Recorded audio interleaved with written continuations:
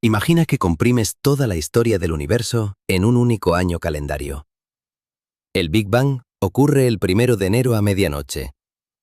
Las primeras estrellas encienden su fuego el 22 de enero. La Vía Láctea, nuestra galaxia, se forma el 16 de marzo. La Tierra aparece el 2 de septiembre. La vida multicelular, esa gran revolución biológica que hizo posible todo lo que ves a tu alrededor, no surge hasta el 17 de noviembre. Los dinosaurios salen a escena el 26 de diciembre.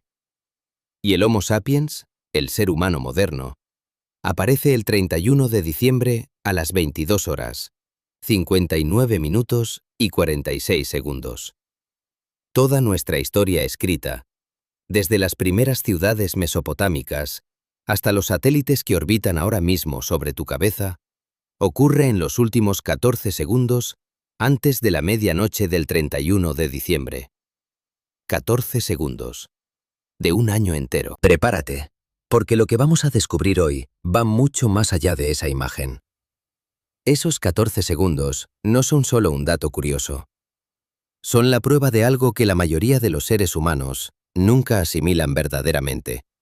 Algo que los filósofos han intentado describir durante milenios y que la cosmología moderna ha cuantificado con una precisión que hace que el lenguaje cotidiano resulte completamente insuficiente. El dato más perturbador no es cuánto tiempo llevamos aquí. Es que llevamos aquí el tiempo exacto para haber sido los únicos en comprender cuánto tiempo lleva todo lo demás.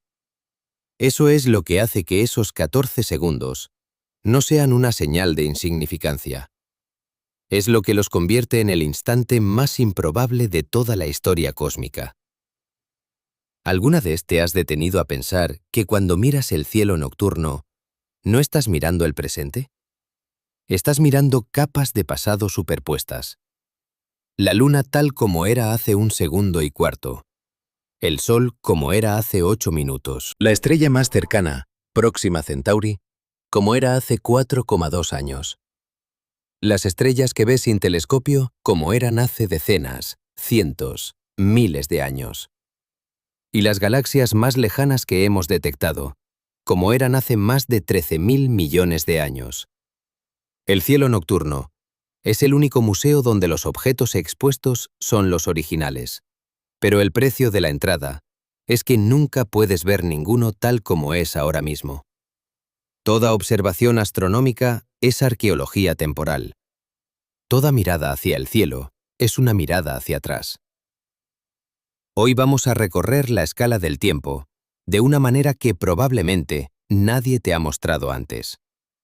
Vamos a examinar los datos reales, los experimentos, los científicos que dedicaron sus vidas a medir el reloj cósmico. Y al final de este recorrido, vas a entender algo que es simultáneamente devastador y extraordinario. Que los últimos 10.000 años de civilización humana representan el 0,00007% de la historia del cosmos, y que aún así, ese fragmento microscópico es el único momento en toda esa historia en que algo dentro del universo ha podido mirarlo entero y entender lo que ve. Para entender verdaderamente la escala del tiempo cósmico, necesitamos comenzar con algo que parece abstracto, pero que tiene consecuencias absolutamente concretas. Necesitamos entender cómo sabemos cuánto tiempo tiene el universo. No es una pregunta con respuesta obvia. Durante la mayor parte de la historia humana, nadie tenía la menor idea de cuál era la edad del universo. Los griegos antiguos debatían si el cosmos había existido siempre o tenía un principio, pero sin herramientas para medir nada con precisión. La mayoría de las culturas religiosas asignaban edades de miles de años a la creación del mundo. En el siglo XVII, el arzobispo anglicano James Ussher calculó, usando las genealogías bíblicas, que la Tierra había sido creada el 23 de octubre del año 4004 a.C., a las 9 de la mañana. Era un cálculo riguroso dentro de sus premisas. El problema era que las premisas eran completamente incorrectas. La primera estimación científica de la edad de la Tierra llegó en el siglo XIX y fue profundamente perturbadora para su época. El geólogo escocés Charles Lyell, en su obra Principios de Geología, publicada entre los años 1830 y 1833, argumentó que los procesos geológicos que observamos hoy, la erosión, la deposición de sedimentos, el movimiento de las masas de tierra, son lentos pero constantes. Y si son constantes, entonces las capas de roca que vemos en los acantilados y cañones representan periodos de tiempo inmensamente largos. Lyell no pudo dar una cifra exacta, pero su razonamiento implicaba que la Tierra tenía que tener al menos millones de años. Probablemente muchos más. Darwin leyó a Lyell en el barco Beagle durante su famoso viaje de circunnavegación entre los años 1831 y 1836, y el impacto fue transformador. La teoría de la evolución por selección natural requería tiempo, cantidades enormes de tiempo. Si la Tierra tenía solo 6.000 años, no había espacio temporal para que la diversidad de la vida surgiera gradualmente. Pero si tenía millones de años, o cientos de millones, entonces la selección natural podía hacer su trabajo lentamente, paso a paso, generación tras generación. La geología de Lyell hizo posible la biología de Darwin. El tiempo fue el terreno sobre el que se construyó la segunda gran revolución científica del siglo XIX. La estimación cuantitativa rigurosa de la edad de la Tierra llegó en el siglo XX, con el desarrollo de la datación radiométrica. El físico neozelandés Ernest Rutherford, de la Universidad de Cambridge, comprendió en los primeros años de ese siglo que los átomos radiactivos se desintegran a tasas constantes y predecibles, independientemente de la temperatura, la presión o cualquier otra condición externa. Si sabes la tasa de desintegración y mides la proporción entre el elemento original y sus productos de desintegración en una muestra de roca, puedes calcular cuánto tiempo ha pasado desde que esa roca se solidificó. Es como un reloj atómico que se pone en marcha en el momento de la formación de la roca y no puede ser manipulado ni detenido por ningún proceso químico o geológico ordinario. Las primeras dataciones radiométricas de rocas terrestres daban edades de varios miles de millones de años. Pero las rocas terrestres tienen el problema de que están sujetas a procesos geológicos continuos: erosión, fusión, metamorfismo. Las rocas más antiguas de la superficie terrestre tienen unos 4.000 millones de años, no porque la Tierra sea tan joven, sino porque todo lo más antiguo fue destruido o transformado por los procesos internos del planeta. La solución fue medir meteoritos, fragmentos de material primordial del sistema solar, que nunca experimentaron los procesos geológicos de la Tierra. El geoquímico estadounidense Clair Cameron Patterson, del Instituto de Tecnología de California, pasó más de una década refinando las mediciones de plomo en meteoritos y en 1956 publicó un resultado que sigue siendo válido hoy. La Tierra tiene 4.550 millones de años, con un margen de error de aproximadamente 70 millones de años. 4.550 millones. Escrito en números: 4,550 por 10 elevado a 9. Un número que la mente humana no está equipada para sentir de manera intuitiva. Y el universo entero. Para medir su edad necesitamos herramientas diferentes. La más poderosa de todas es la expansión del universo, que descubrió Edwin Hubble en el año 1929. Si el universo se está expandiendo, entonces en el pasado era más pequeño. Si retrocedemos el tiempo suficiente, toda la materia y energía del universo observable convergía en un punto de densidad extraordinaria. El momento de esa convergencia es lo que llamamos el Big Bang. Y si conocemos la tasa de expansión actual, podemos calcular cuánto tiempo ha pasado desde entonces. Con los datos modernos del satélite Planck de la Agencia Espacial Europea, cuyo análisis más completo fue publicado en el año 2018, la edad del universo es de 13,8 mil millones de años, con un margen de error de unos 100 millones de años en cada dirección. 13,8 mil millones de años. ¿Puedes sentir ese número?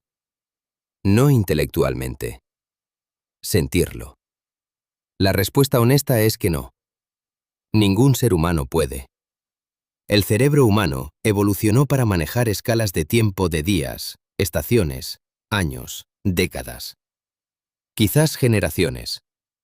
Pero miles de millones de años son tan inconmensurablemente más largos que cualquier experiencia humana que nuestro sistema cognitivo simplemente no produce ninguna respuesta emocional genuina al número. Lo entendemos como concepto, pero no lo sentimos como realidad. Y esa incapacidad de sentirlo es, paradójicamente, una de las cosas más importantes que podemos notar sobre nuestra propia naturaleza. Ahora necesitamos construir una escala que permita al menos aproximarnos a sentir lo que los números solos no transmiten. Vamos a usar varias compresiones temporales, cada una revelando algo diferente sobre nuestro lugar en el tiempo cósmico. La primera compresión, ya la mencionamos, el año cósmico. Pero vamos a poblarlo con más detalle, porque los detalles son donde vive la verdad perturbadora. En el año cósmico, si el Big Bang ocurre el 1 de enero, las primeras partículas subatómicas se forman en los primeros segundos de ese día. Los primeros núcleos atómicos, hidrógeno y helio primordiales, se forman en los primeros 3 minutos del año cósmico, es decir, en algo equivalente a unas pocas décimas de segundo en tiempo real. Durante meses, el universo es solo una mezcla de hidrógeno, helio, algo de litio y radiación. Oscuro, homogéneo, sin estructura. Esto se llama la edad oscura del universo, y dura en tiempo real unos cientos de millones de años, lo que en el año cósmico equivale a varias semanas. Las primeras estrellas encienden sus fuegos alrededor del 22 de enero. No hay ninguna observación directa de esas primeras estrellas todavía, aunque el telescopio espacial James Webb, lanzado en el año 2021, está explorando esa época con sensibilidad sin precedentes. Sabemos que existieron porque las primeras generaciones de estrellas produjeron, en sus núcleos y en sus explosiones al morir, todos los elementos más pesados que el hidrógeno y el helio. El carbono de tu cuerpo, el oxígeno en tus pulmones, el hierro en tu sangre. Todos esos átomos fueron forjados en estrellas que existieron y murieron antes de que el Sol naciera. Somos, literalmente, cenizas de estrellas que aprendieron a contemplarse a sí mismas. La Vía Láctea comienza a tomar forma alrededor del 16 de marzo en el año cósmico, pero no como la vemos hoy. Era una estructura más caótica, más densa en su centro, todavía acumulando masa de las nubes de gas y polvo que se colapsaban bajo su propia gravedad. Pasaría mucho tiempo antes de que tomara la forma de espiral barrada que tiene hoy, con sus más de 200.000 millones de estrellas, distribuidas en brazos de materia que se extienden a lo largo de más de 100.000 años luz de diámetro. El Sol y la Tierra aparecen el 2 de septiembre. En ese momento, en el año cósmico, ya han transcurrido 2/3 del año. 2/3 de toda la historia cósmica pasó antes de que nuestro planeta existiera. La Tierra se forma, es bombardeada por asteroides y cometas durante los primeros 500 millones de años, se enfría, desarrolla océanos. La vida, en forma de bacterias simples, aparece notablemente pronto, alrededor del 21 de septiembre en el año cósmico. 3 semanas después de formarse la Tierra. La vida no tardó mucho en surgir, una vez que las condiciones lo permitieron. Lo que tardó mucho fue en volverse compleja. Durante más de 2 meses del año cósmico, de finales de septiembre a finales de noviembre, la Tierra estuvo dominada exclusivamente por microorganismos. Bacterias, arqueas, cianobacterias que empezaron a producir oxígeno en lo que se conoce como la gran oxidación, un evento ocurrido hace unos 2.400 millones de años, alrededor del 9 de octubre en el año cósmico, que cambió irreversiblemente la química de la atmósfera terrestre y fue para la mayoría de los microorganismos anaeróbicos de la época la peor catástrofe ambiental de la historia de la vida. El oxígeno que respiramos, la sustancia que hace posible nuestra existencia, fue en su momento un veneno mortal para la mayor parte de la vida en la Tierra. Los organismos eucariotas, células con núcleo diferenciado, el tipo de célula del que estamos hechos todos los seres vivos complejos, aparecen alrededor del 15 de octubre en el año cósmico. La vida multicelular, que requiere que las células cooperen y se especialicen, surge cerca del 17 de noviembre. Y desde ese momento, la diversificación se acelera. Las plantas colonizan la tierra firme alrededor del 22 de diciembre. Los reptiles aparecen el 23 de diciembre. Los dinosaurios salen a escena el 26 de diciembre y dominan la Tierra durante los siguientes 4 días. El asteroide que acabó con ellos impacta la Tierra el 30 de diciembre a las 6 de la mañana. Y los mamíferos, libres ahora de la presión de los grandes depredadores reptilianos, se diversifican explosivamente en las últimas 36 horas del año. El género Homo, el linaje evolutivo del que somos parte, aparece en las últimas 2 horas del 31 de diciembre. El Homo sapiens, nuestra especie, a las 22 horas 59 minutos 46 segundos. Los últimos 14 segundos son toda nuestra historia como especie, con lenguaje, cultura, arte, ciencia. Las pinturas rupestres de Altamira y Lascaux, que el arqueólogo Henri Breuil fechó como obra del Paleolítico Superior hace aproximadamente 15.000 a 20.000 años, se hicieron en los últimos 7 segundos. Las primeras ciudades, el surgimiento de la escritura, toda la civilización que llamamos historia, todo eso ocurre en los últimos 3 segundos. ¿Y los últimos 100 años? Desde la relatividad de Einstein hasta el telescopio James Webb. Desde el primer vuelo motorizado de los hermanos Wright hasta la detección de ondas gravitacionales. Todo eso ocurre en los últimos 25 milisegundos del año cósmico. Un parpadeo de un parpadeo de un parpadeo. ¿Qué sientes cuando dejas que eso aterrice de verdad? Pero la compresión en un año no es la única manera de ver esta escala. Hay otra perspectiva que quizás es todavía más reveladora, y tiene que ver no con cuánto tiempo ha pasado, sino con cuánto tiempo queda. El Sol tiene aproximadamente 4,6 mil millones de años. Su combustible nuclear, el hidrógeno que fusiona en helio en su núcleo, le dura aproximadamente 10.000 millones de años en total. Eso significa que ha consumido poco menos de la mitad de su combustible. Le quedan aproximadamente 5.000 millones de años antes de que el hidrógeno se agote en su núcleo. Cuando eso ocurra, el Sol comenzará a expandirse. Primero lentamente, luego de manera más dramática, convirtiéndose en lo que los astrónomos llaman una gigante roja. En esa fase, el Sol se expandirá hasta unas 200 veces su tamaño actual.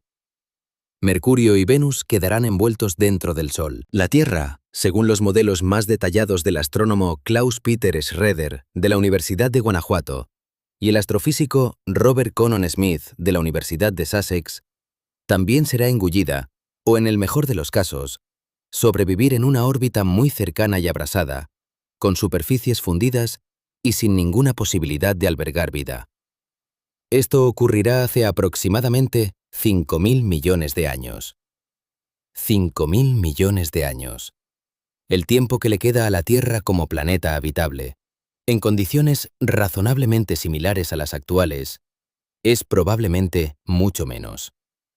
La luminosidad del Sol aumenta gradualmente con el tiempo, a medida que el helio producido por la fusión se acumula en el núcleo y aumenta la presión y la temperatura.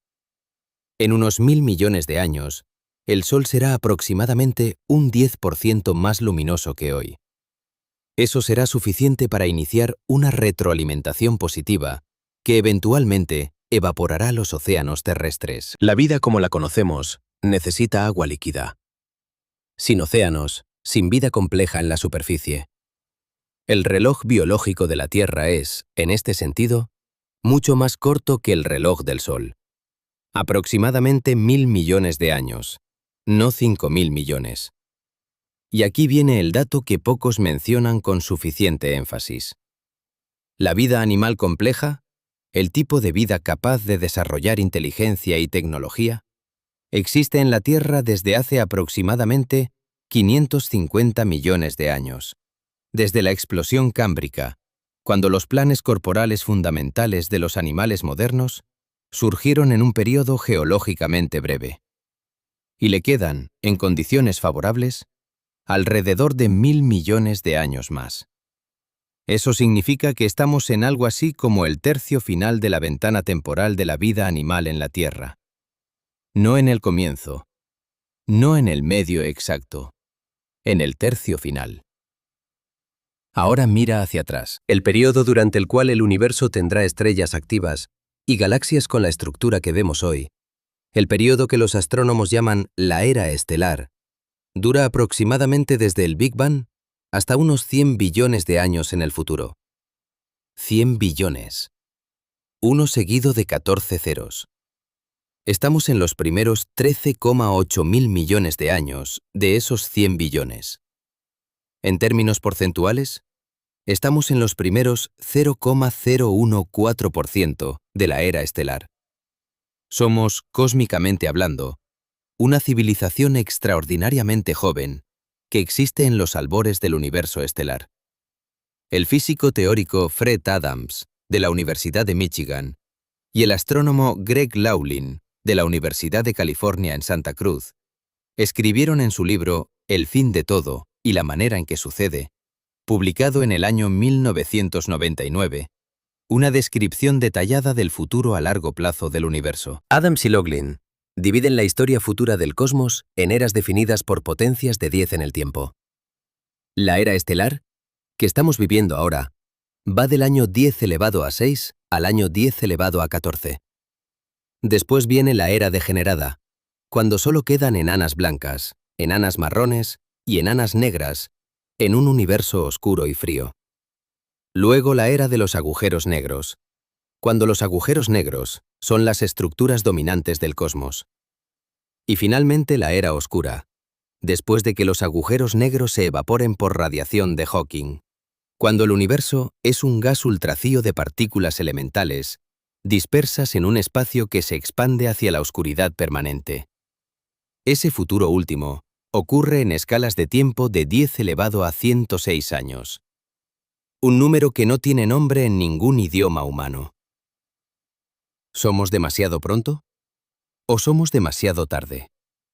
¿Existimos en el momento correcto de la historia cósmica para poder observar lo que observamos? Esa pregunta tiene una respuesta que la física moderna toma muy en serio. Hay algo que los cosmólogos llaman el problema de la ventana de observación.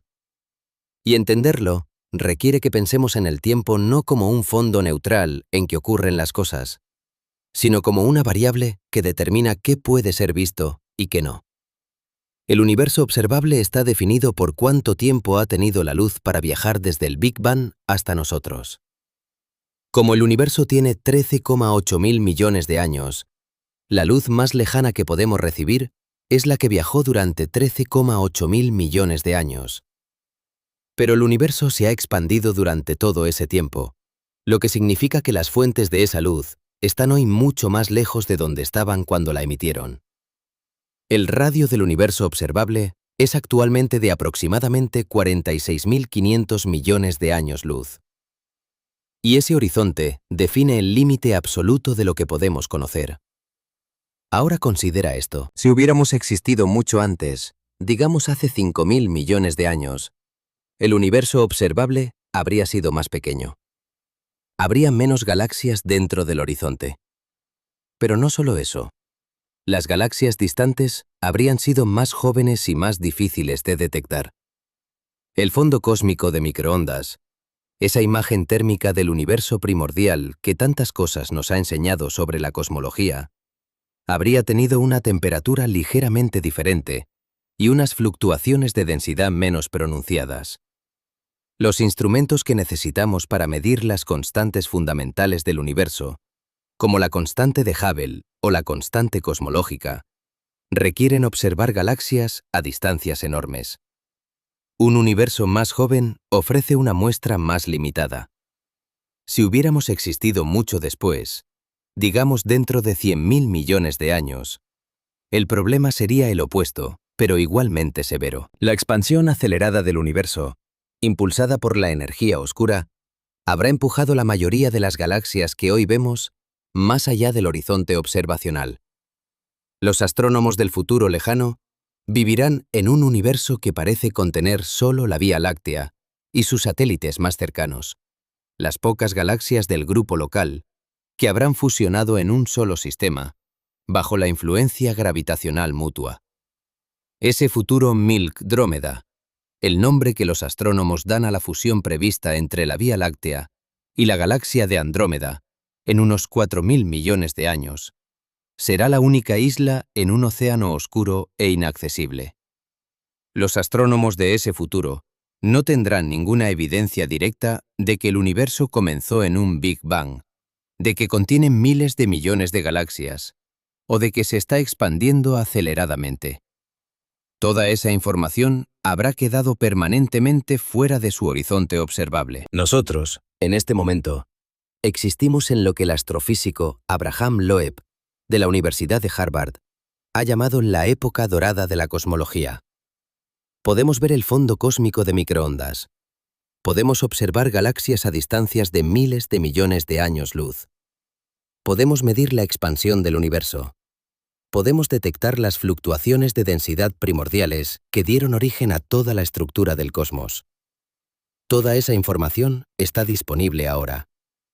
En el futuro, se perderá para siempre, más allá del horizonte de observabilidad.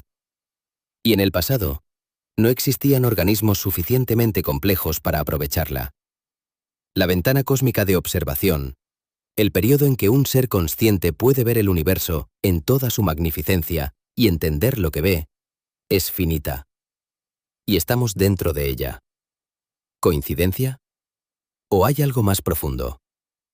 Esta pregunta nos lleva directamente a uno de los debates más fascinantes de la física filosófica moderna. El físico Brandon Carter, en el año 1973, formuló lo que se llama el principio antrópico.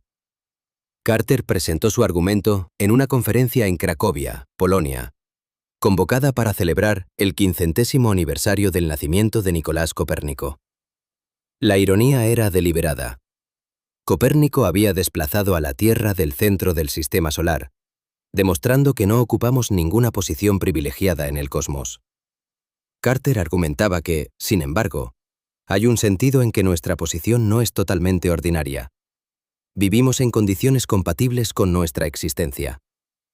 No podríamos encontrarnos observando condiciones en las que no pudiéramos existir. El principio antrópico débil, en su formulación más simple, dice esto: entre todos los momentos de la historia del universo, solo podemos encontrarnos en uno que sea compatible con la existencia de observadores. Esto no es tautológico en sentido trivial. Tiene consecuencias observacionales reales. Explica, por ejemplo, por qué la Tierra está en la llamada zona habitable del Sol, ni demasiado cerca ni demasiado lejos, para permitir agua líquida. No es que el cosmos haya diseñado el sistema solar para albergarnos. Es que los planetas fuera de la zona habitable no desarrollaron vida que pudiera hacer esa observación. Pero el físico australiano Paul Davies, del Centro Beyond de la Universidad Estatal de Arizona, ha argumentado en su libro La mente de Dios, publicado en el año 1992, que el principio antrópico no explica todo. Hay demasiadas constantes físicas que parecen ajustadas con una precisión extraordinaria para permitir la existencia de estructuras complejas en general, no solo de vida en la Tierra. La constante cosmológica, que determina la tasa de expansión del universo, tiene un valor tal que si fuera apenas un poco mayor, el universo se habría expandido demasiado rápido para que las galaxias se formaran. Si fuera ligeramente negativa, el universo se habría colapsado antes de que las estrellas tuvieran tiempo de generar elementos pesados. El principio antrópico nos dice que tenemos que estar en un universo donde existimos. Pero no explica por qué existen universos donde puede existir algo. Y aquí es donde la escala del tiempo se entrelaza con estas preguntas de maneras que resultan genuinamente sorprendentes. Considera el problema del tiempo necesario para desarrollar inteligencia. El proceso evolutivo que llevó de las bacterias primitivas al Homo sapiens tardó aproximadamente 3.800 millones de años. Ese proceso requirió que la Tierra tuviera condiciones estables durante ese periodo, lo que a su vez requirió que el Sol fuera una estrella estable de clase G, que produce energía de manera constante durante miles de millones de años. Las estrellas más masivas que el Sol queman su combustible en millones de años, demasiado rápido para que la evolución produzca inteligencia. Las estrellas mucho menos masivas producen fulguraciones de radiación que podrían esterilizar periódicamente cualquier planeta cercano. Existe una ventana de masa estelar que permite tanto la duración como la estabilidad necesarias. Y en esa ventana, nuestro Sol está bien situado. El astrónomo Charles Lineweaver, de la Universidad Nacional Australiana, publicó en el año 2001 un análisis fascinante sobre cuándo, en la historia del universo, han tenido tiempo de formarse planetas terrestres similares a la Tierra y de producir vida compleja. La conclusión fue que la mayoría de los planetas rocosos similares a la Tierra, alrededor del 2/3 del total que existen en el universo observable, son más viejos que la Tierra. Lo que significa que hay muchos sistemas solares que tuvieron tiempo de desarrollar vida compleja antes que el nuestro. Si la vida y la inteligencia son posibles en otros lugares, es estadísticamente probable que hayan surgido antes. Y sin embargo, no hemos detectado ninguna señal.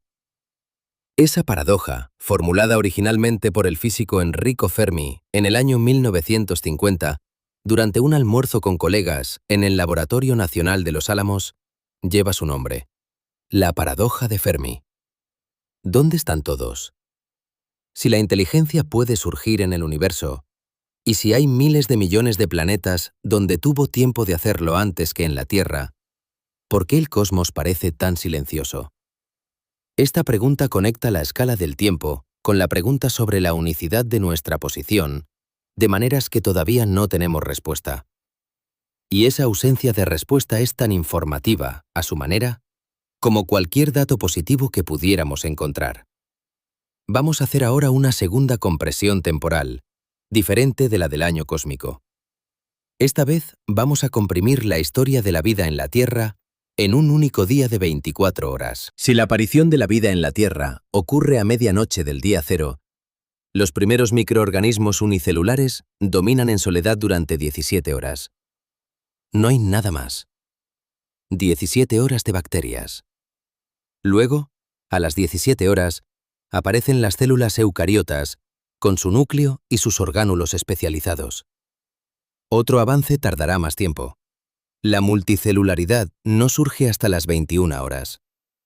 En los últimos 3 horas del día, están comprimidos los últimos 600 millones de años de historia compleja de la vida, incluyendo toda la explosión cámbrica, los peces, los anfibios, los reptiles, los mamíferos y los humanos. Los animales con esqueleto, los vertebrados, aparecen a las 22 horas 15 minutos. Los dinosaurios salen a las 23 horas y se extinguen a las 23 horas 41 minutos. En los últimos 19 minutos del día, están comprimidos 65 millones de años de historia de los mamíferos, desde los pequeños mamíferos nocturnos que sobrevivieron el impacto del asteroide, hasta los primates, los grandes simios y los humanos. El género Homo aparece a las 23 horas 58 minutos. El Homo sapiens a las 23 horas 59 minutos y 40 segundos. Toda la historia escrita, toda la civilización desde Sumeria hasta hoy, en los últimos 20 segundos. Pero ahora pregúntate esto.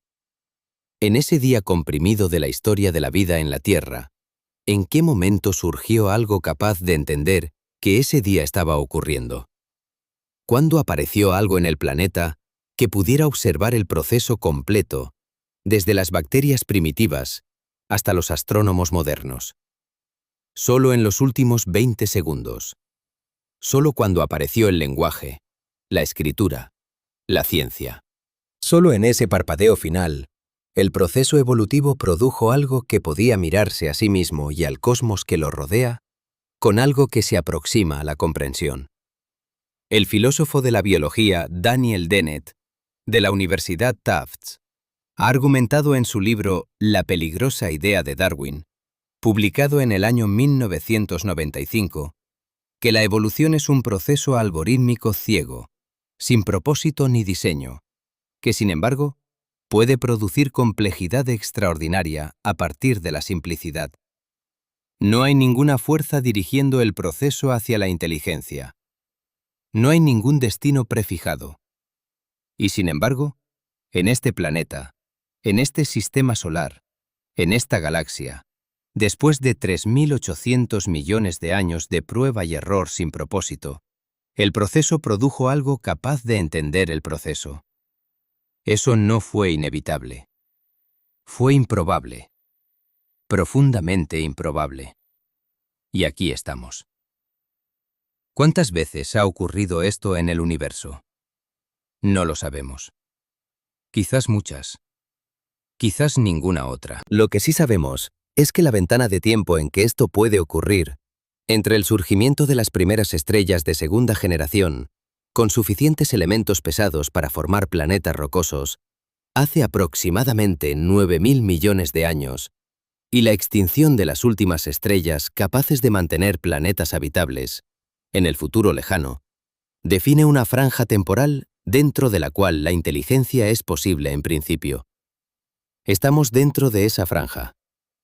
Estamos, de hecho, en la parte de esa franja donde más información sobre el universo es simultáneamente accesible, antes de que la expansión acelerada lleve la mayoría de las galaxias fuera del horizonte observable. Somos tempranos en la historia cósmica, pero llegamos justo a tiempo para ver el cuadro completo. Ahora que hemos visto el tiempo cósmico desde arriba, desde la perspectiva del año cósmico y del día de la vida, es el momento de hacer algo diferente. Vamos a bajar hasta el suelo. Vamos a mirar el tiempo desde dentro de la civilización humana, desde adentro de esos 14 segundos que somos, y vamos a examinar lo que ocurrió allí con la misma precisión con que los cosmólogos examinan la estructura del universo. Porque cuando miras de cerca esos 14 segundos, la imagen que encuentras es casi tan abrumadora como la del cosmos entero. Acerquémonos. Los últimos 14 segundos del año cósmico equivalen a unos 300.000 años de historia del Homo sapiens.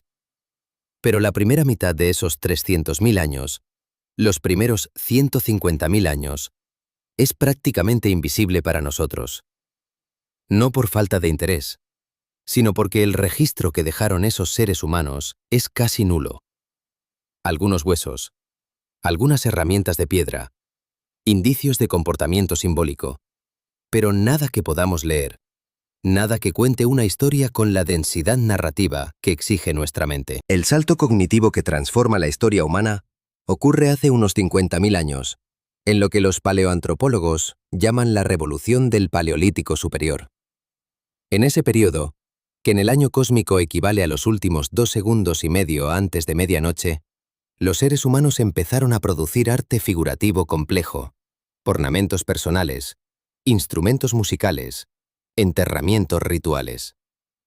La arqueóloga Sarah Miletz Nelson, de la Universidad de Denver, ha documentado en sus investigaciones que este periodo marca la emergencia de un tipo de pensamiento simbólico abstracto que no tiene precedente claro en el registro fósil anterior. Algo cambió en la mente humana hace 50.000 años.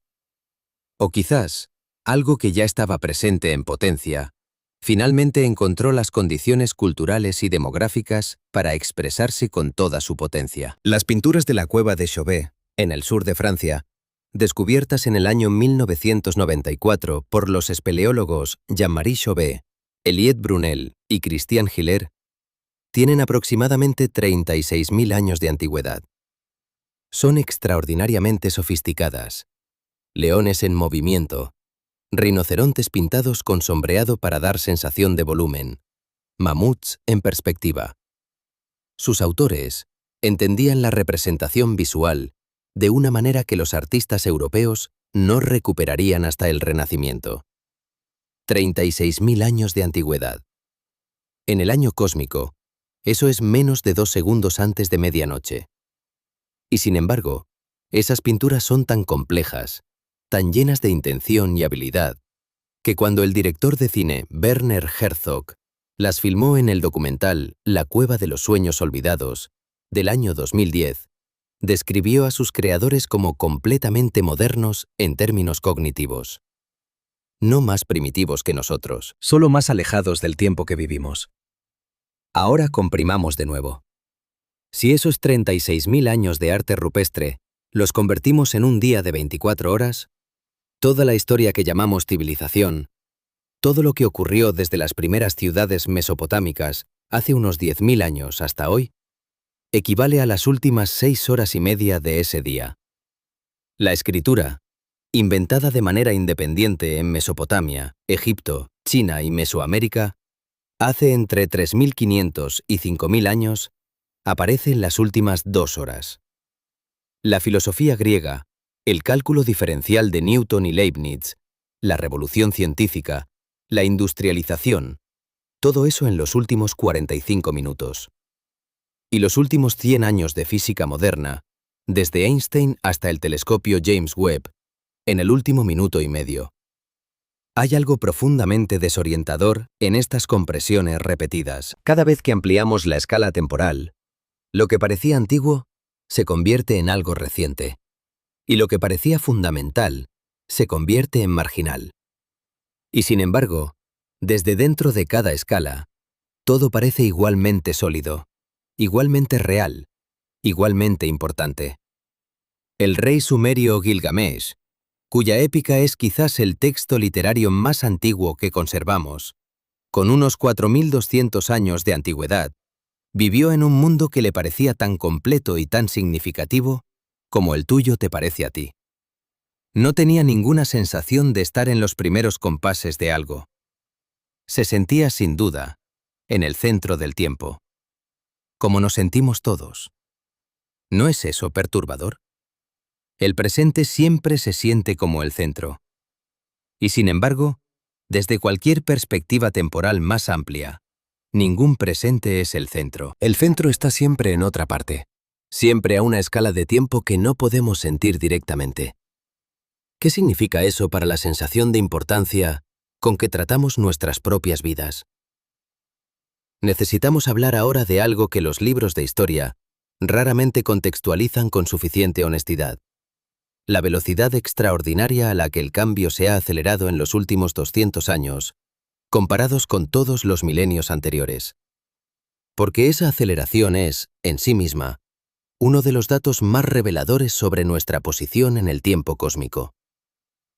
Durante la mayor parte de los últimos 10.000 años de historia humana, el ritmo de cambio tecnológico fue tan lento que era prácticamente imperceptible a escala de una vida humana.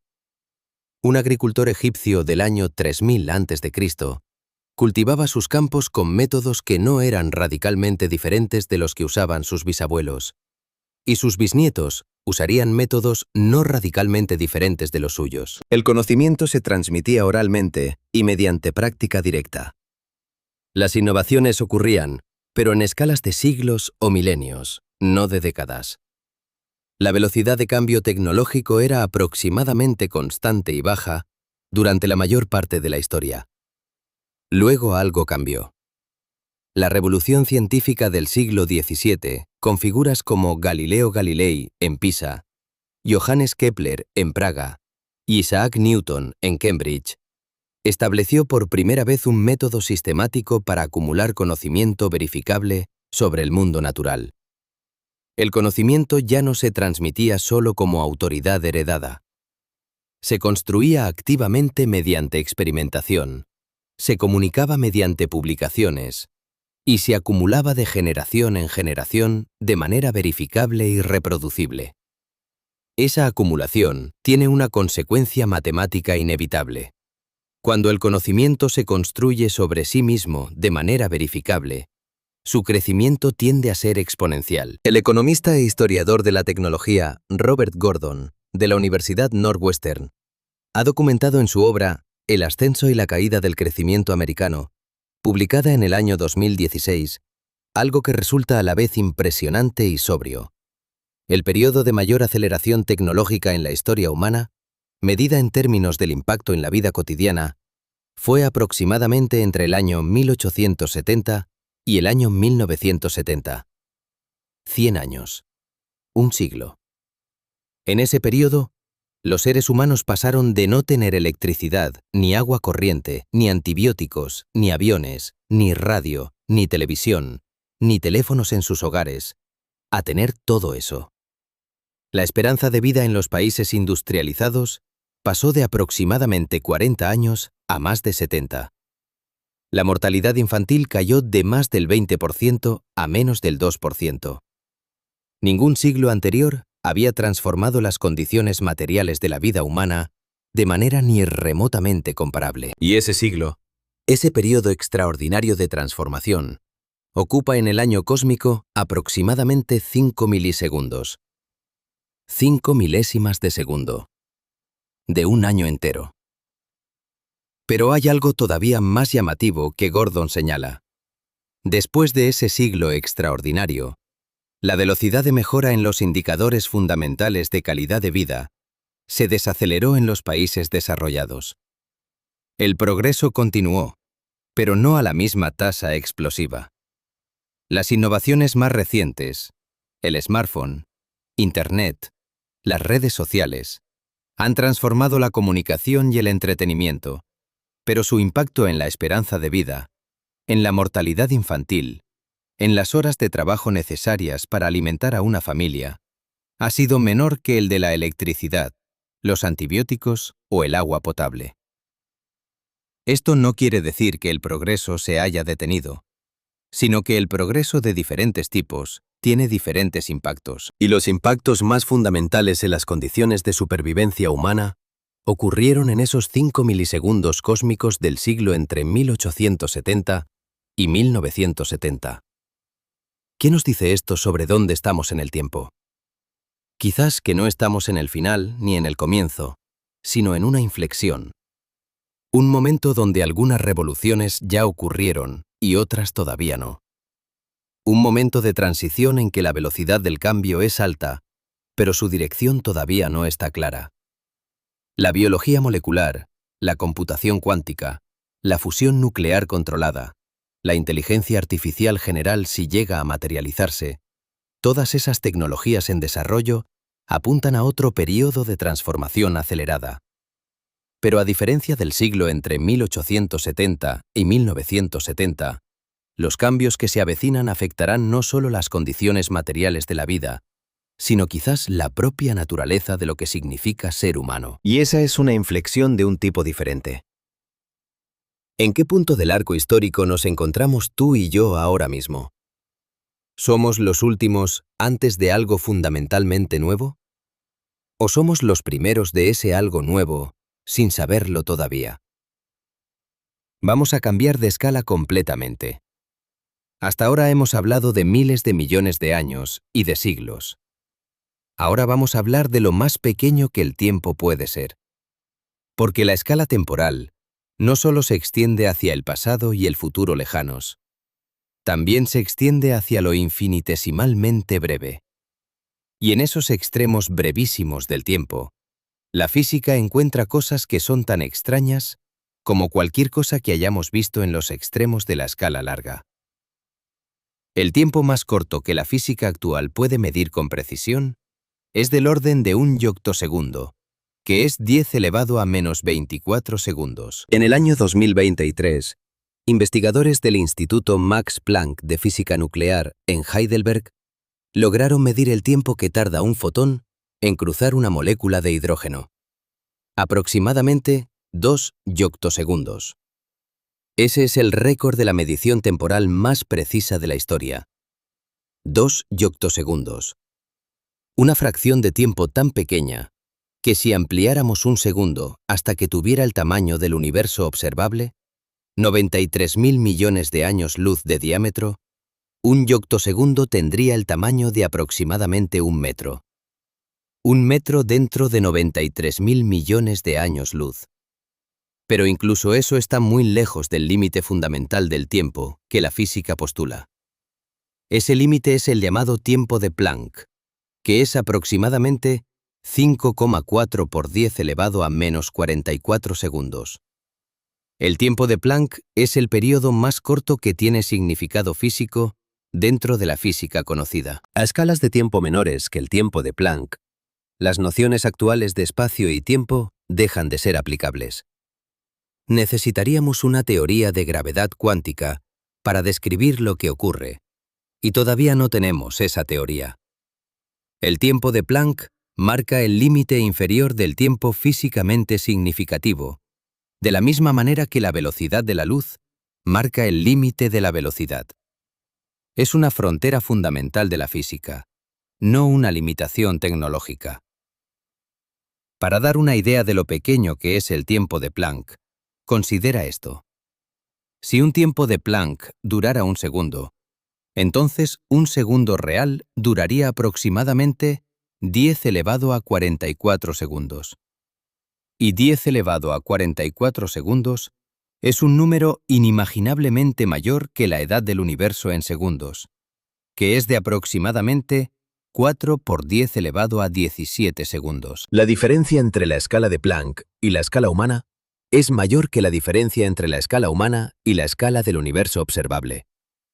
Estamos, en términos de escala temporal, casi exactamente en el centro geométrico entre el tiempo de Planck y la edad del universo.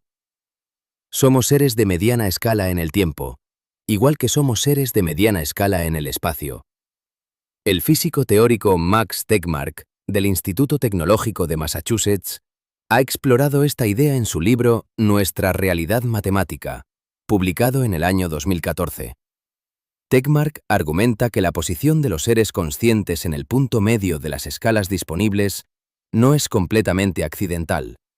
La vida compleja requiere procesos lo suficientemente rápidos para procesar información en tiempo real, pero lo suficientemente lentos para que la estructura macroscópica del organismo sea estable. Las reacciones bioquímicas ocurren en escalas de milisegundos a microsegundos. Los pensamientos conscientes ocurren en escalas de centésimas de segundo a segundos. Esas escalas están muy lejos tanto del tiempo de Planck como de los miles de millones de años de la evolución estelar. Y sin embargo, son exactamente las escalas a las que el universo hace cosas suficientemente interesantes para que la conciencia pueda emerger y operar. Somos criaturas de la mediana escala temporal, ni tan rápidos como para vivir en el mundo cuántico de las fluctuaciones de vacío, ni tan lentos como para percibir el envejecimiento de las estrellas. Justo en el punto donde la complejidad es máxima y donde la información puede ser procesada, almacenada y utilizada. ¿Es eso una coincidencia? Quizás, pero es una coincidencia notable. Hasta aquí hemos explorado la escala del tiempo desde varias perspectivas. Pero hay una pregunta que hemos evitado deliberadamente y que ahora es necesario enfrentar directamente. ¿Qué es el tiempo? No cómo lo medimos, no cuánto hay, sino qué es fundamentalmente. Esta pregunta, que parece filosófica, resulta ser también una de las más difíciles de la física moderna. Y la respuesta que la física da, o más precisamente, las respuestas que da, porque hay varias en competencia, son cada una de ellas profundamente perturbadoras a su manera. La física newtoniana concebía el tiempo como absoluto, un fondo universal e inmutable dentro del cual ocurrían todos los eventos, como un río que fluye de manera uniforme e independiente de todo lo que contiene. Todos los relojes en el universo, si estuvieran perfectamente calibrados, marcarían exactamente lo mismo. El presente era universal. Si dos eventos ocurrían simultáneamente en el universo de Newton, eran simultáneos para cualquier observador en cualquier lugar. Einstein destruyó esa imagen en el año 1905 con la relatividad especial y la reconstruyó de manera más radical con la relatividad general en el año 1915. El tiempo no es absoluto. Fluye a diferentes velocidades dependiendo de la velocidad del observador y de la intensidad del campo gravitacional donde se encuentra. Dos relojes perfectamente sincronizados divergen en su lectura si uno de ellos se mueve respecto al otro o está en un campo gravitacional diferente. No es un error de los relojes. Es una propiedad real del tiempo. El tiempo mismo es elástico, maleable, dependiente del estado de movimiento y del entorno gravitacional del observador. Pero hay algo que la relatividad especial hace con el tiempo que resulta todavía más radical que su elasticidad. Funde el espacio y el tiempo en una sola entidad de 4 dimensiones, el espacio-tiempo. En esa entidad unificada, la distinción entre aquí y ahora, entre ubicación espacial y ubicación temporal, se disuelve. Lo que es espacio para un observador en reposo es una mezcla de espacio y tiempo para un observador en movimiento. No hay una separación absoluta entre las dimensiones espaciales y la dimensión temporal. Son 4 direcciones en una variedad de 4 dimensiones, relacionadas entre sí por las transformaciones de Lorentz. El físico y filósofo Hermann Minkowski, matemático alemán de la Universidad de Göttingen, fue quien formalizó esta unificación geométrica en el año 1908, 3 años después de que Einstein publicara la relatividad especial. En una conferencia famosa, Minkowski dijo lo siguiente: el espacio por sí mismo y el tiempo por sí mismo están destinados a desvanecerse en meras sombras, y solo una unión de los dos conservará una realidad independiente. Era una declaración filosófica extraordinaria de alguien que hablaba como matemático puro. Y tenía razón.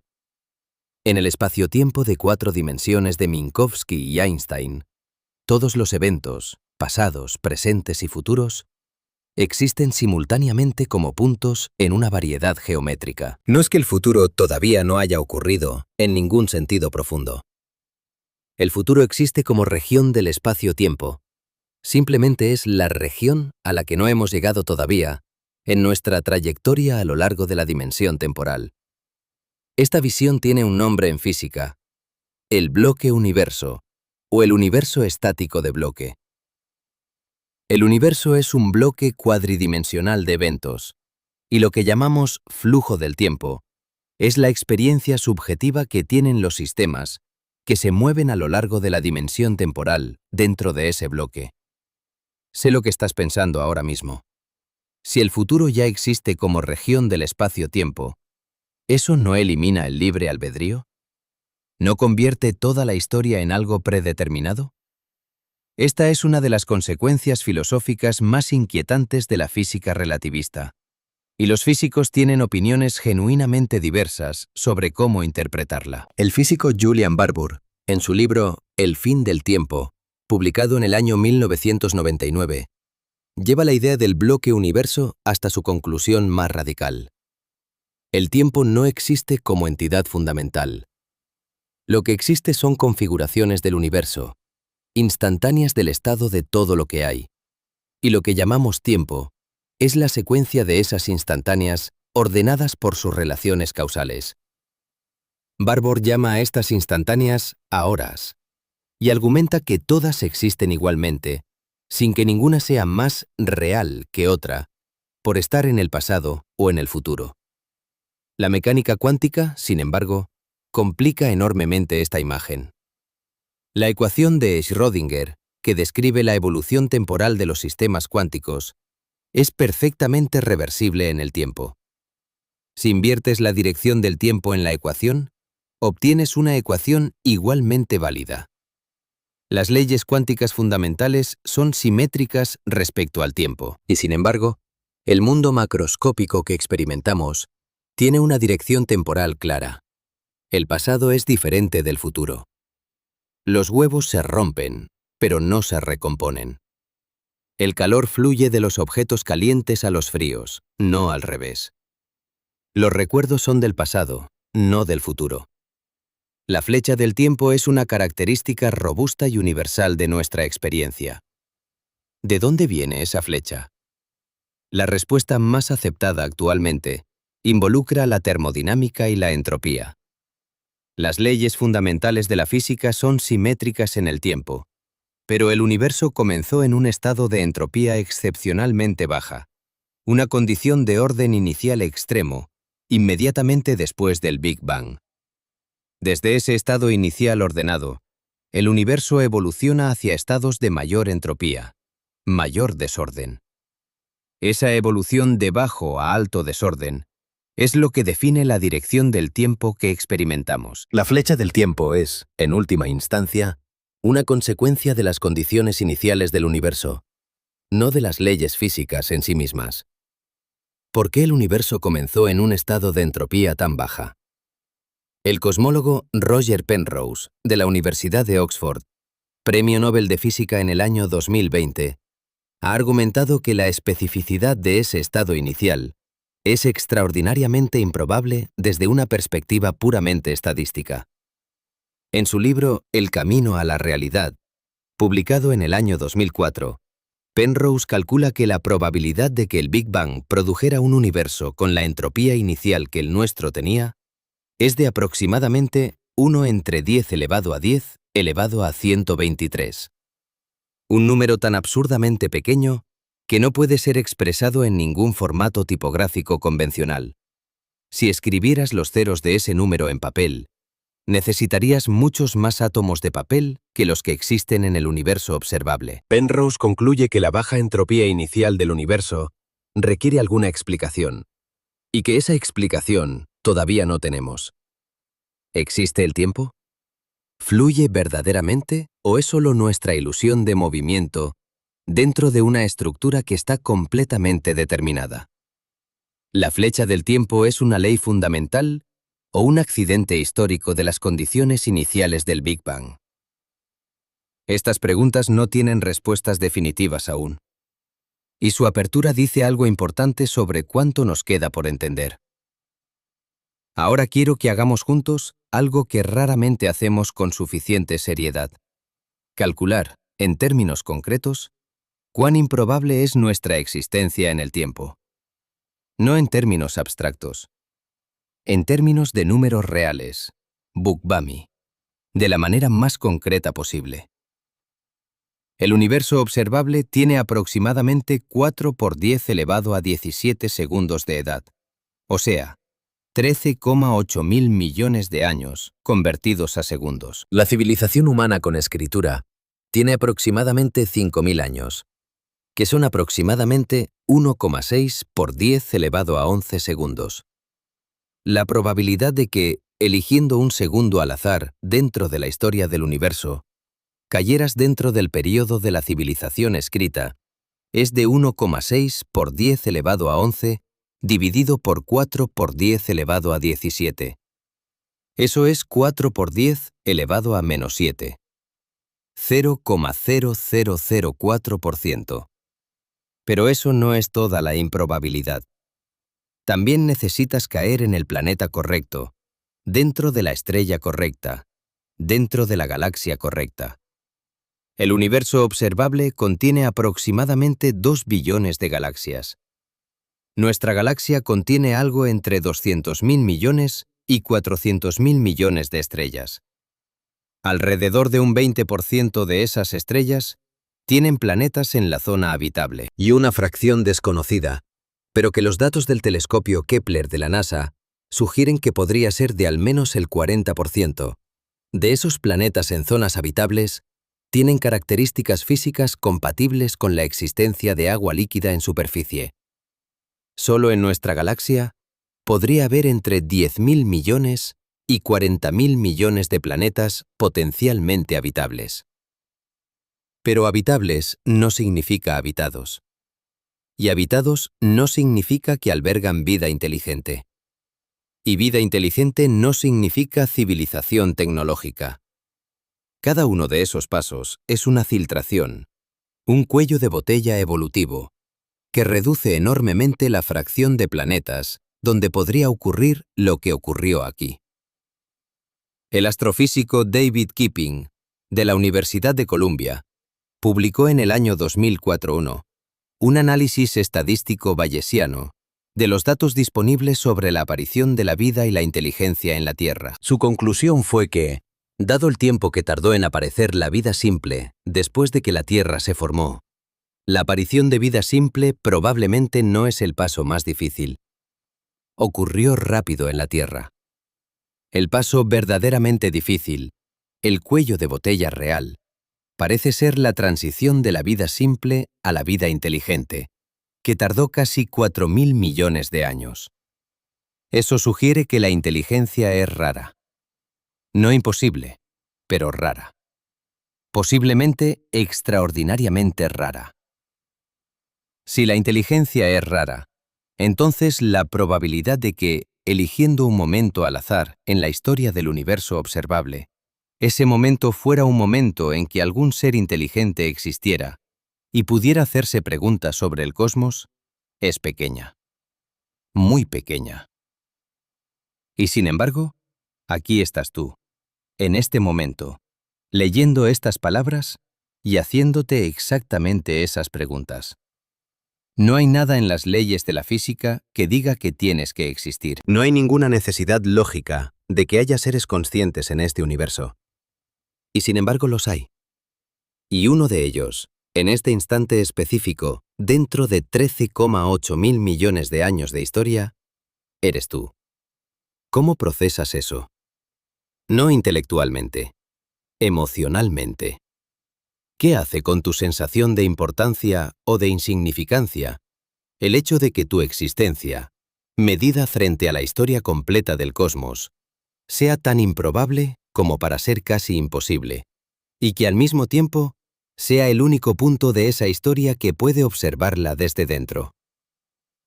Vamos a hacer ahora algo que ninguna escala temporal puede hacer por sí sola. Conectar la vastedad del tiempo con la experiencia de un instante humano. Porque la ironía más profunda de toda esta discusión es que la escala del tiempo cósmico solo existe, solo puede ser contemplada, en el contexto de un instante humano. El universo no contempla su propia historia. Solo nosotros lo hacemos, y lo hacemos siempre en un presente puntual, brevísimo, que ya está pasando mientras lo vivimos. El filósofo William James, hermano del novelista Henry James y uno de los fundadores de la psicología americana, publicó en el año 1890 su monumental obra Principios de Psicología, donde introdujo el concepto de presente especioso. James observó que la experiencia humana del tiempo no es puntual, sino extendida. Lo que experimentamos como ahora no es un instante matemático sin duración, sino una ventana temporal de aproximadamente 2 a 3 segundos, que el sistema nervioso integra en una experiencia coherente de presente. No experimentamos el tiempo como una sucesión de instantes discretos.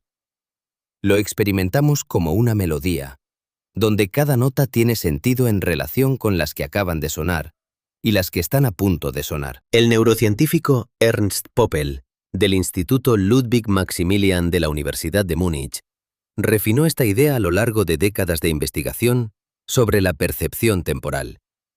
Sus estudios, publicados en varias revistas especializadas desde los años 1970 hasta los 2000, demostraron que el cerebro organiza la experiencia consciente en unidades de aproximadamente 3 segundos. No es un umbral preciso y absoluto. Varía con el estado de atención y la modalidad sensorial. Pero hay una tendencia robusta y universal a que el procesamiento consciente integre información en bloques de esa duración. Poppel llamó a este fenómeno la ventana de presente temporal y argumentó que podría ser una característica fundamental de la conciencia, compartida por todos los seres con sistemas nerviosos lo suficientemente complejos. 3 segundos. Esa es la duración de tu presente.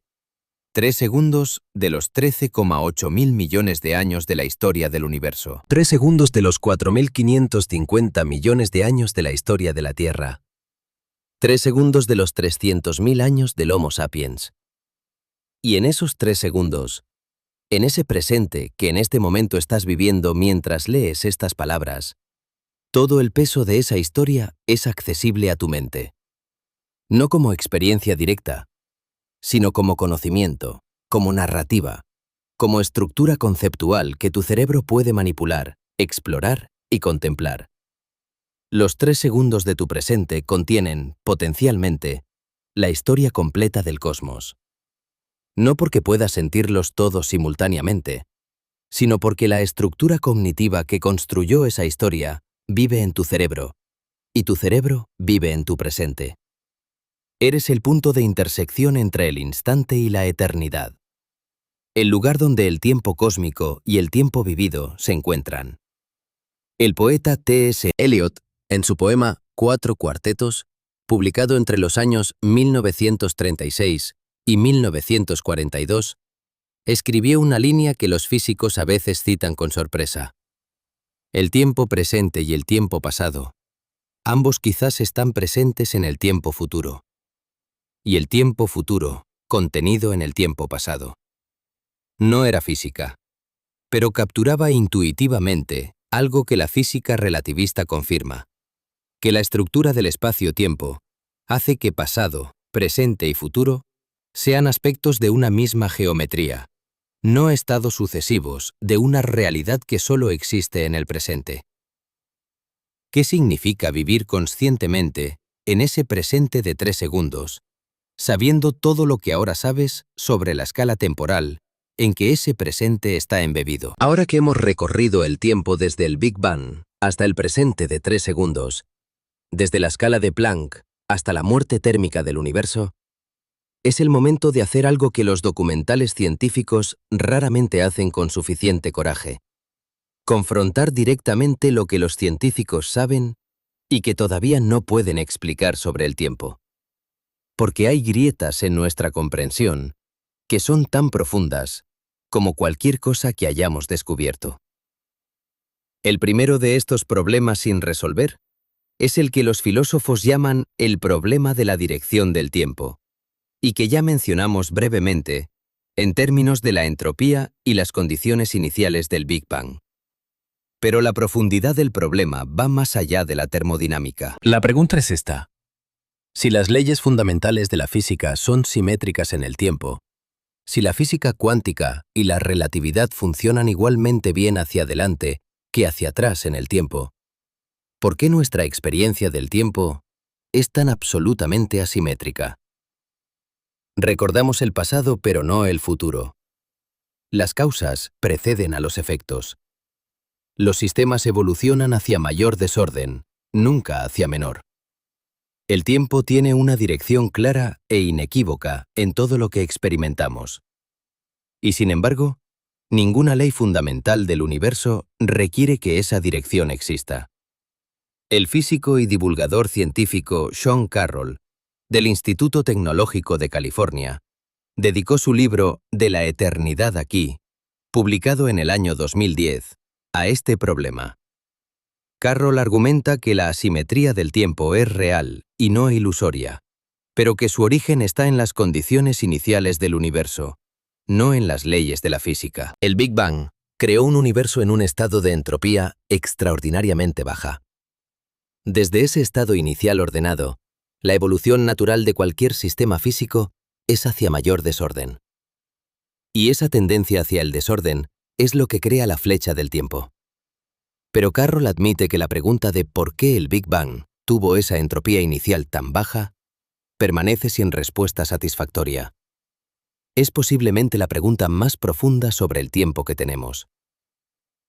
Hay algo más que Carroll. El hecho de que experimentamos una flecha temporal tan clara y robusta es, en sí mismo, una evidencia indirecta de que el universo tiene un principio temporal, de que el Big Bang, o algo equivalente, ocurrió hace un tiempo finito. La experiencia subjetiva del flujo del tiempo es, paradójicamente, una herramienta cosmológica. El segundo problema sin resolver sobre el tiempo es más técnico, pero igualmente profundo. El problema de la medición en mecánica cuántica y su relación con el tiempo. En la mecánica cuántica estándar, la evolución temporal de un sistema cuántico está perfectamente descrita por la ecuación de Schrödinger. Pero cuando se realiza una medición, el sistema colapsa aparentemente de manera instantánea a un estado definido. Instantáneamente. Sin ningún proceso dinámico que tome tiempo. Sin ninguna descripción de cómo ocurre ese colapso.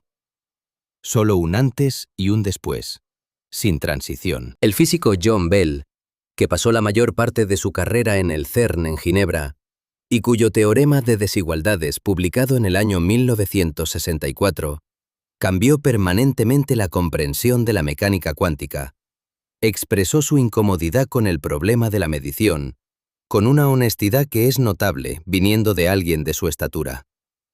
Bell argumentó que el colapso instantáneo de la función de onda durante una medición es filosóficamente incoherente dentro del marco estándar de la mecánica cuántica. No porque sea empíricamente incorrecto, sino porque no ofrece ningún relato dinámico de cómo ocurre. Y sin un relato dinámico, la noción de tiempo dentro de la teoría es incompleta.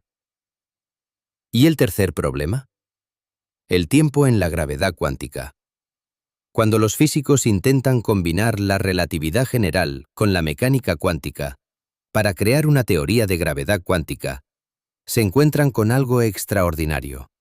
El tiempo desaparece de las ecuaciones fundamentales. La ecuación de Wheeler-DeWitt, que es el intento más directo de cuantizar la gravedad, no contiene ninguna variable temporal. Es una ecuación de la onda del universo que no depende del tiempo. No describe cómo el universo evoluciona en el tiempo. Simplemente existe, como una estructura estática en un espacio de configuraciones posibles. El tiempo, en lugar de ser una dimensión fundamental de la realidad, parece ser algo que emerge del comportamiento colectivo de los sistemas físicos, similar a como la temperatura emerge del movimiento de las partículas, sin ser ella misma una partícula. Si el tiempo es emergente y no fundamental, entonces todo lo que hemos dicho sobre la historia del universo, los 13,8 mil millones de años, el año cósmico, los 14 segundos de civilización humana, todo eso es una descripción de la estructura de algo que, en su nivel más profundo, es atemporal. No sin tiempo en el sentido de instantáneo, sino sin tiempo en el sentido de que la categoría misma del tiempo no se aplica al nivel más fundamental de la realidad. La prisión temporal, la secuencia implacable de pasado y futuro que define nuestra existencia, podría ser una propiedad de la escala a la que vivimos, no una propiedad de la realidad más profunda. El físico italiano Carlo Rovelli, del Centro de Física Teórica de la Universidad de Aix-Marsella, ha desarrollado estas ideas con una elegancia literaria notable en su libro El orden del tiempo, publicado en el año 2017. Rovelli argumenta que el tiempo, tal como lo experimentamos, es una construcción que emerge de nuestra posición particular en el universo. Seres de tamaño mediano, viviendo lejos de las singularidades gravitacionales, interactuando con el mundo a través de la termodinámica de la entropía creciente.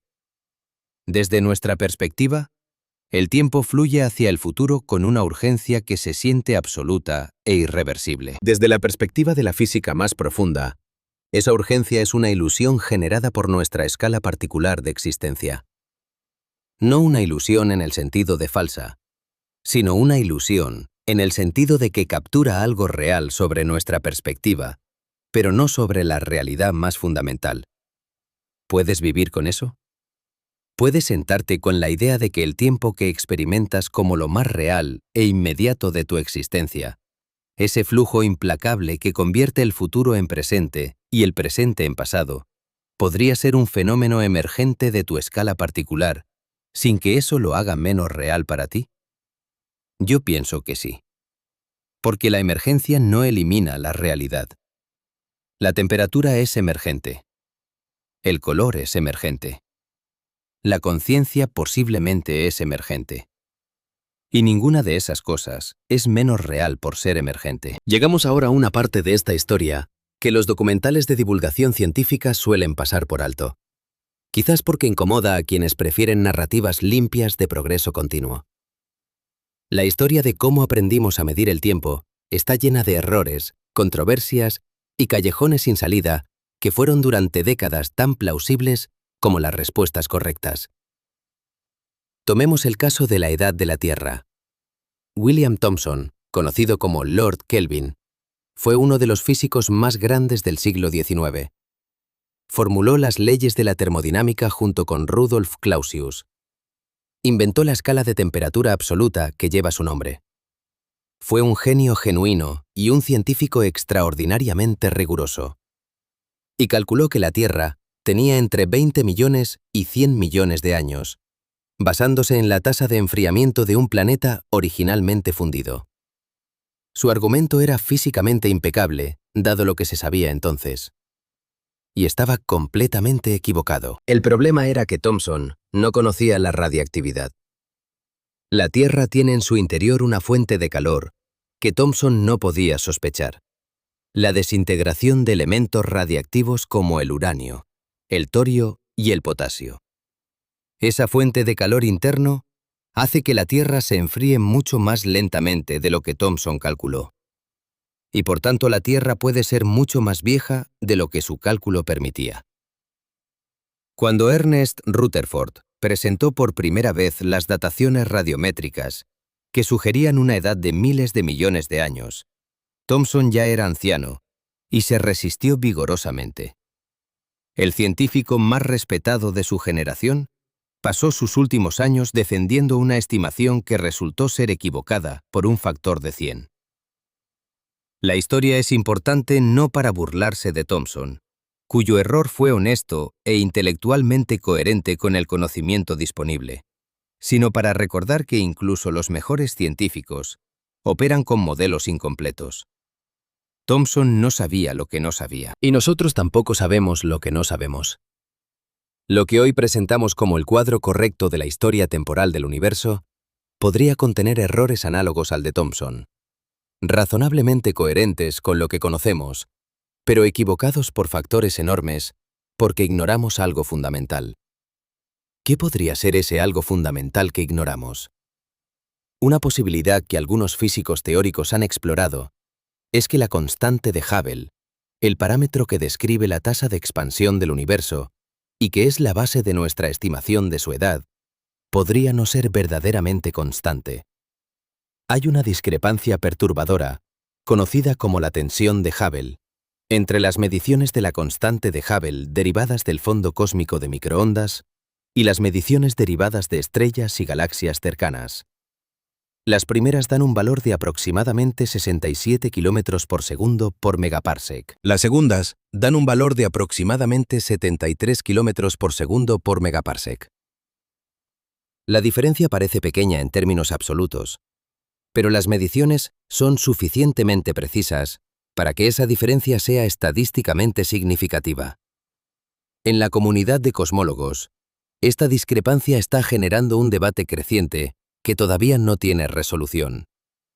El físico Wendy Friedman, de la Universidad de Chicago, que pasó décadas perfeccionando las mediciones de la constante de Hubble usando cefeidas y otras estrellas estándar, publicó en el año 2019 una revisión de sus mediciones que produjo un valor intermedio entre los dos en conflicto, pero sin resolver la discrepancia fundamental. Friedman ha dicho públicamente que la tensión de Hubble podría ser el indicio de nueva física, de algún fenómeno no incluido en los modelos cosmológicos actuales, que afecta la expansión del universo de maneras que todavía no entendemos. Si eso es correcto, nuestra estimación de la edad del universo de 13,8 mil millones de años podría necesitar revisión. No digo esto para sembrar la duda sobre el proyecto científico. Lo digo porque la honestidad sobre los límites de nuestro conocimiento es parte esencial de lo que hace que la ciencia sea fiable. Un científico que no admite incertidumbre es un científico que no está haciendo ciencia honesta. y la incertidumbre sobre algunos de los números más fundamentales de la cosmología, como la edad exacta del universo o la tasa exacta de su expansión, es real y activa en la comunidad científica contemporánea. ¿Te genera eso inquietud o curiosidad? La idea de que incluso los datos más fundamentales sobre el tiempo del universo están sujetos a revisión. Para mí, esa posibilidad es lo opuesto de desestabilizadora. Es lo que hace que la empresa del conocimiento humano sea genuinamente viva, genuinamente abierta, genuinamente emocionante. Si ya lo supiéramos todo, no habría razón para seguir mirando hacia el cielo. Hay una perspectiva sobre el tiempo que casi ningún documental menciona, pero que resulta ser una de las más transformadoras para entender nuestra posición en la historia cósmica. Es la perspectiva desde el interior de la memoria y el olvido. Porque el tiempo no solo existe como estructura física, existe como experiencia subjetiva. Y esa experiencia subjetiva está mediada, más que por ninguna otra cosa, por la memoria. El neurocientífico Antonio Damasio, de la Universidad del Sur de California, ha argumentado a lo largo de su obra, especialmente en su libro El error de Descartes, publicado en el año 1994, que la conciencia humana del tiempo depende fundamentalmente de la capacidad del sistema nervioso de construir narrativas autobiográficas. No experimentamos el tiempo como una sucesión de instantes discretos y desconectados. Lo experimentamos como una historia que tiene un sujeto que persiste a través del tiempo. Ese sujeto, el yo autobiográfico de Damasio, es una construcción del sistema nervioso que integra recuerdos pasados, percepciones presentes y anticipaciones futuras en una narrativa coherente de identidad continua. Pero esa narrativa es sorprendentemente frágil. Las lesiones cerebrales, ciertos tipos de demencia, algunos estados alterados de conciencia, pueden disolver esa narrativa autobiográfica de maneras que revelan cuán artificial es su continuidad. El paciente conocido como HM, cuyo nombre completo era Henry Molaison, y cuyo caso fue estudiado durante décadas por la neurocientífica Brenda Milner del Instituto Neurológico de Montreal, sufrió la extirpación quirúrgica de ambos hipocampos en el año 1953 para tratar una epilepsia severa. La operación fue exitosa en términos de controlar las convulsiones, pero tuvo una consecuencia que nadie había previsto con esa severidad. HM fue incapaz desde ese momento de formar nuevos recuerdos a largo plazo. Cada conversación, cada encuentro, cada experiencia desaparecía de su conciencia en cuestión de minutos. Para HM, el tiempo se detuvo en el año 1953. El mundo siguió cambiando, pero él no podía acumularlo. Vivía en un eterno presente sin pasado añadible y sin futuro anticipable en el sentido completo. El caso de HM demuestra que la experiencia del tiempo que fluye, esa sensación de que la vida es una historia que avanza y se acumula, depende del hipocampo y del sistema de consolidación de la memoria. Sin ese sistema, el tiempo no desaparece como estructura física. Los relojes siguen marchando, pero el tiempo como experiencia vivida, como narrativa personal que da sentido a la existencia, se fragmenta irreparablemente. ¿Qué nos dice esto sobre la relación entre el tiempo y la conciencia? Sugiere que el tiempo, tal como lo vivimos humanamente, no es solo una dimensión física. Es también una construcción cognitiva que requiere un tipo específico de procesamiento neural. Y esa construcción cognitiva es, en la escala de tiempo cósmico, extraordinariamente reciente. Los sistemas nerviosos capaces de construir narrativas autobiográficas complejas sobre el tiempo no empezaron a existir hasta hace quizás 100 millones de años con los primeros mamíferos.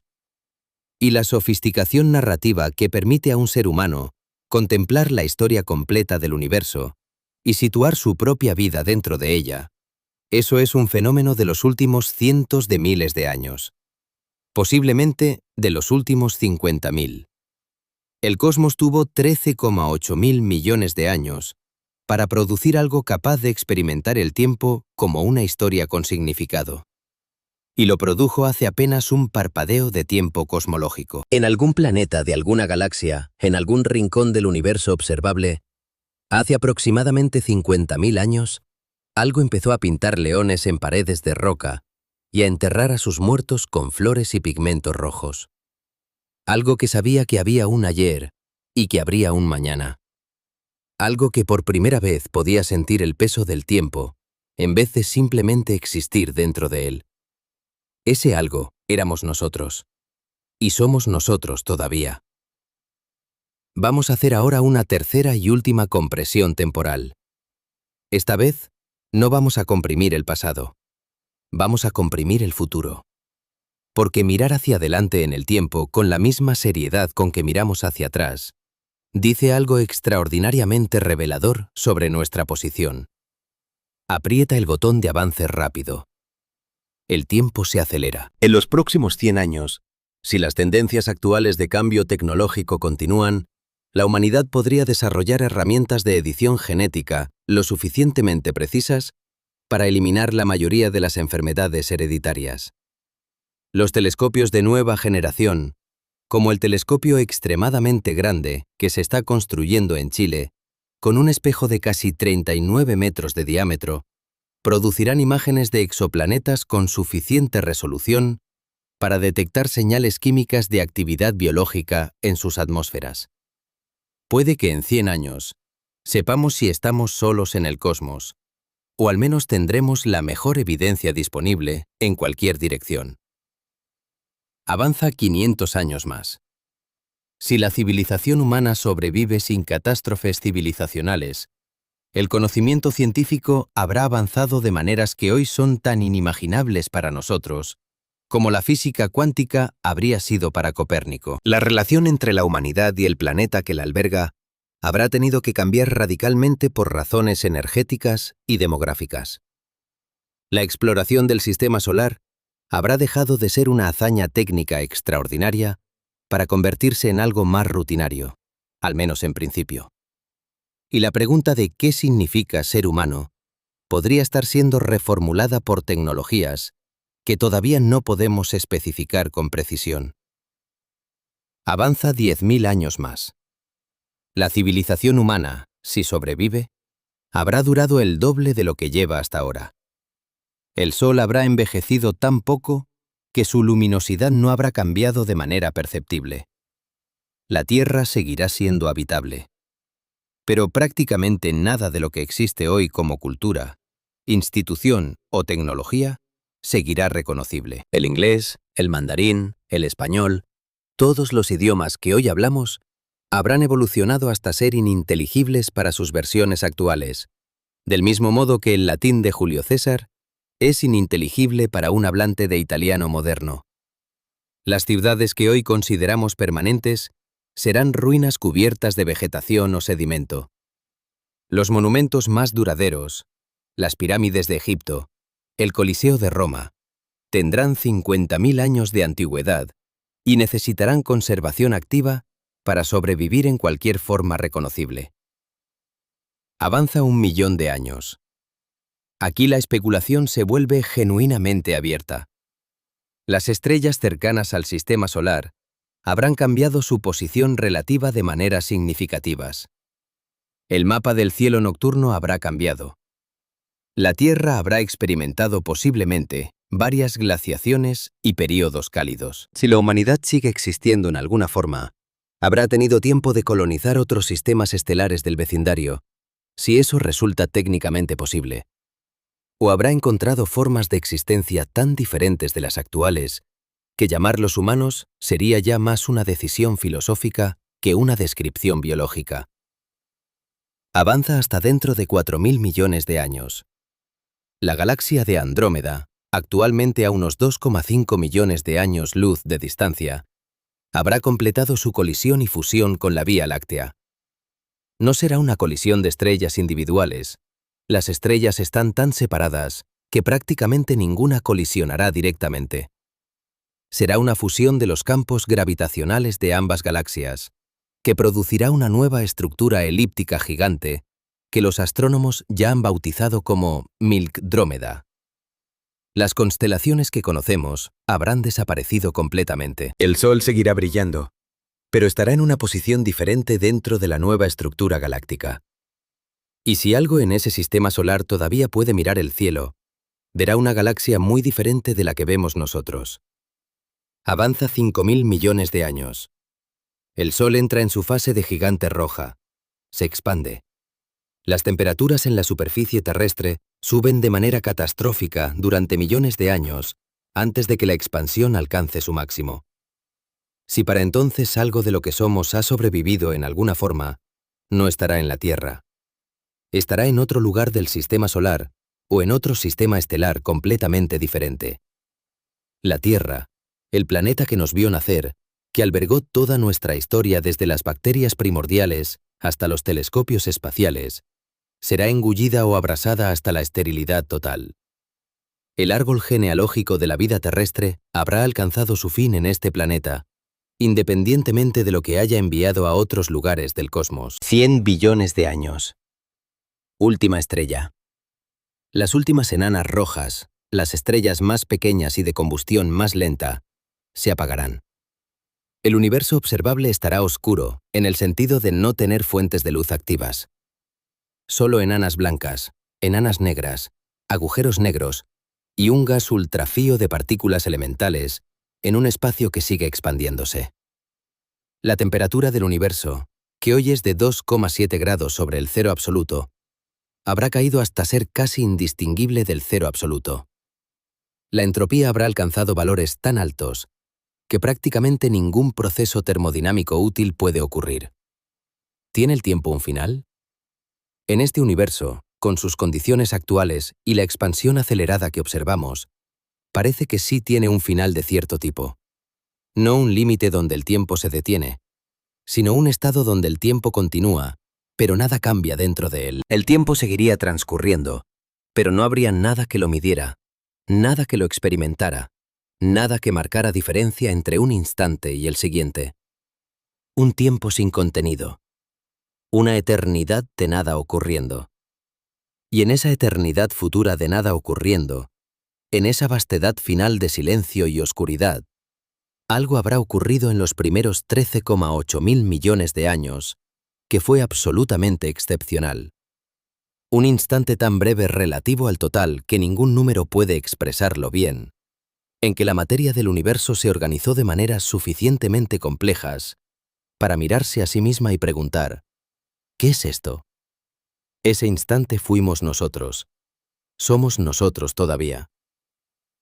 Llegamos al final de este recorrido, y es el momento de hacer algo que la ciencia sola no puede hacer. Integrar todo lo que hemos visto en una comprensión que sea no solo intelectual, sino también vivida. Has viajado desde el Big Bang hasta la muerte térmica del universo. Has comprimido 13,8 mil millones de años en un año calendario. Y descubierto que toda tu civilización vive en los últimos 14 segundos de ese año. Has visto que el tiempo tiene una escala hacia lo infinitesimalmente pequeño, con el tiempo de Planck como límite inferior, tan lejano de tu escala cotidiana como la muerte térmica del universo está de lejos en el futuro. Has descubierto que la flecha del tiempo podría ser una consecuencia de las condiciones iniciales del Big Bang, que el tiempo podría no ser fundamental, sino emergente, y que nuestra experiencia subjetiva del tiempo como flujo narrativo es una construcción del sistema nervioso que tardó casi 4.000 millones de años de evolución en aparecer. ¿Qué queda después de todo eso? No la sensación de pequeñez que quizás esperabas. Algo diferente. Algo más complejo y más difícil de nombrar. El 0,00007% del tiempo cósmico, que representa la civilización humana, no es una medida de irrelevancia. Es una medida de concentración. Como el uranio radiactivo, cuya cantidad es minúscula dentro de la roca que lo alberga, pero cuya energía por unidad de masa es extraordinaria, nuestra civilización concentra en ese 0,00007% algo que no existe en ningún otro momento de la historia cósmica que conocemos. la capacidad de comprender la historia cósmica completa. El cosmólogo Lawrence Krauss, de la Universidad Estatal de Arizona, dijo en una entrevista que la conciencia humana es lo único que da significado al universo. No lo dijo en un sentido sobrenatural. Lo dijo en el sentido más concreto posible. Sin observadores capaces de construir representaciones del cosmos, el cosmos simplemente existe sin ser observado, sin ser descrito, sin ser nombrado. Las galaxias colisionan, los agujeros negros se evaporan, las estrellas nacen y mueren. Todo eso ocurriría igualmente sin que nadie lo supiera. La diferencia entre un universo con observadores conscientes y un universo sin ellos no es física, es semántica. Es la diferencia entre un universo que tiene una descripción y un universo que no la tiene. El astrónomo y escritor Carl Sagan, de la Universidad de Cornell, que popularizó la ciencia para generaciones de personas con su serie televisiva Cosmos, emitida en el año 1980, lo expresó de la manera que más me ha impresionado de todas. Somos una manera que tiene el cosmos de conocerse a sí mismo. No somos observadores externos al cosmos que lo estudian desde afuera. Somos parte del cosmos. Estamos hechos de los mismos átomos que las estrellas que observamos. Y a través de nuestra capacidad de construir modelos mentales, teorías matemáticas y experimentos que verifican esas teorías, el cosmos se está mirando en un espejo. No un espejo perfecto. Un espejo roto, lleno de distorsiones y puntos ciegos. Pero el único espejo que existe. Esto no elimina la insignificancia. Las dos cosas son verdad simultáneamente. Somos insignificantes en escala. Somos únicos en función. La tensión entre esas dos verdades es lo que hace que la existencia humana sea filosóficamente extraordinaria. No porque seamos especiales en ningún sentido cósmico que implique que el universo nos deba algo, sino porque la rareza de nuestra función, la improbabilidad de que exista algo capaz de comprender el tiempo en que existe, es genuinamente asombrosa. El filósofo Blaise Pascal escribió en sus pensamientos, recopilados póstumamente y publicados en el año 1670, una frase que durante siglos fue leída como una expresión de angustia existencial. El silencio eterno de estos espacios infinitos me aterra. Pascal miraba el cielo y sentía el peso aplastante de la vastedad. Pero hay otra manera de leer esa frase. El silencio eterno de los espacios infinitos existe. Y hay un ser que puede terrorizarse ante él. El terror de Pascal no es solo un síntoma de su pequeñez. Es también una demostración de su grandeza. Solo algo suficientemente complejo puede aterrorizarse ante el infinito. Las estrellas no se aterrorizan. Las galaxias no experimentan vértigo. Solo algo que puede construir una imagen del infinito y situarse dentro de ella puede sentir ese terror. Y ese algo, en todo el universo conocido, somos nosotros. 3.800 millones de años de evolución ciega, sin propósito, guiada solo por la selección natural sobre variaciones aleatorias, produjeron algo capaz de leer a Pascal y de entender a Einstein. Algo capaz de medir el tiempo de Planck y de imaginar la muerte térmica del universo. Algo capaz de pararse en el centro de esos 14 segundos de civilización, dentro de los 300.000 años del Homo sapiens, dentro de los 4.550 millones de años de la Tierra, dentro de los 13,8 mil millones de años del universo, y decir, lo veo todo. Entiendo la escala. Puedo sostener en mi mente, simultáneamente, el tiempo de Planck y la eternidad futura. Y sigo siendo yo, aquí, en este instante, en este cuerpo, en este planeta. Eso no es pequeño. Es lo contrario de pequeño. La pregunta más importante con que terminar no es sobre el pasado ni sobre el futuro. Es sobre el presente. Sobre esos 3 segundos de presente que tienes ahora mismo. Sabiendo lo que sabes sobre la escala del tiempo, sabiendo que eres el 0,00007% del cosmos, que puede comprender al 100% del cosmos, sabiendo que el universo tardó 13,8 mil millones de años en producirte y que pasará 100 billones de años adicionales antes de que todo termine en silencio y oscuridad, sabiendo que eres el único momento en toda esa historia donde alguien puede hacer esta pregunta y esperar una respuesta que tenga sentido para algo vivo. ¿Qué vas a hacer con este instante que tienes ahora? No es una pregunta retórica. No tiene respuesta correcta ni incorrecta. Es simplemente lo que queda cuando la escala del tiempo cósmico se reduce hasta llegar a ti, a tu presente de 3 segundos, al único lugar donde toda esa vastedad temporal se hace real, donde se convierte en algo más que datos y ecuaciones, donde se convierte en experiencia vivida.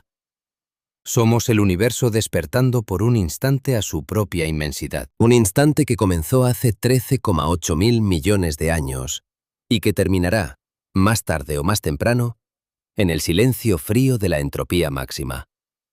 Pero que ahora mismo, en este segundo preciso, está completamente vivo, completamente consciente, completamente asombrado de estar aquí. ¿No es eso suficiente?